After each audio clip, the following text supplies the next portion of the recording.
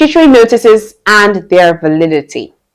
A statutory notice or notice to quit is a formal written notice from a landlord to a tenant indicating that the landlord wishes to reclaim the rented premises and that the tenant must vacate the property at a specified time. Now, this time may be at the end of the tenancy if the tenant is renting under a contract, or it may be immediately if the tenancy is at will or at sufferance.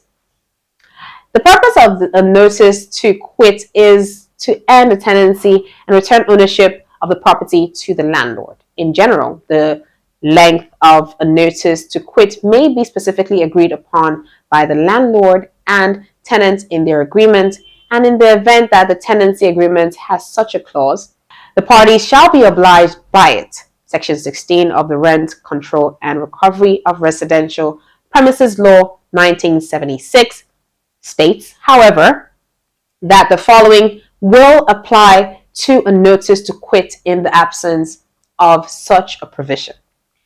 The length of notice shall be 1 week in the case of tenancy at will, 1 week for a weekly tenant, 1 month for a monthly tenant, half a year for a yearly tenant. Under Section 13, subsection 1 of the Tenancy Law of Lagos State 2011, on the other hand, the following is the length of the notice to quit.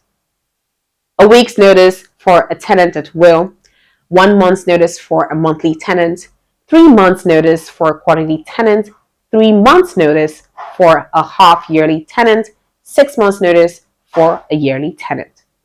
It should be noted that the lengths offered by the recovery of premises laws in other states within the Federation may differ slightly from one another. The landlord must thoroughly abide by the provisions of the applicable laws regarding the issuing and service of notice to quit in order to terminate the tenancy. Therefore, failing to comply with the notice to quit's duration may make the notice's issuance illegitimate and so flawed. Therefore, if a yearly renter is entitled to 6 months' notice and the notice is given for less than a day, it loses its effectiveness. The landlord's claim to possession of the property may be invalidated if the tenant receives a faulty notice from the landlord. Under the Tenancy Law of Lagos State, the need for a service of a notice to quit may be neglected in specific cases, such as in the case of a monthly tenant where such tenant is owing the landlord an arrears of rent for 6 months as provided for in Section 13, subsection 2 of the Tenancy Law of Lagos State. In the case of a half-yearly or quarterly tenant where the tenant is owing arrears of rent for 1 year as provided for in Section 13, subsection 3 of the Tenancy Law of Lagos State.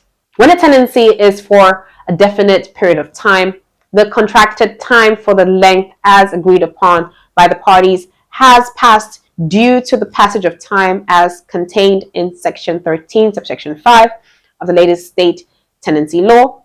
It should be mentioned nonetheless that in this particular situation, the tenant must receive notice from the owner 7 days in advance of the owner's intention to reclaim the property. In the circumstances that the premise is considered to be abandoned under the circumstances provided for in Section 15, subsection 1 of the Tenancy Law, in this case, a 7 days notice of intention to recover possession of premises must be served on the tenant.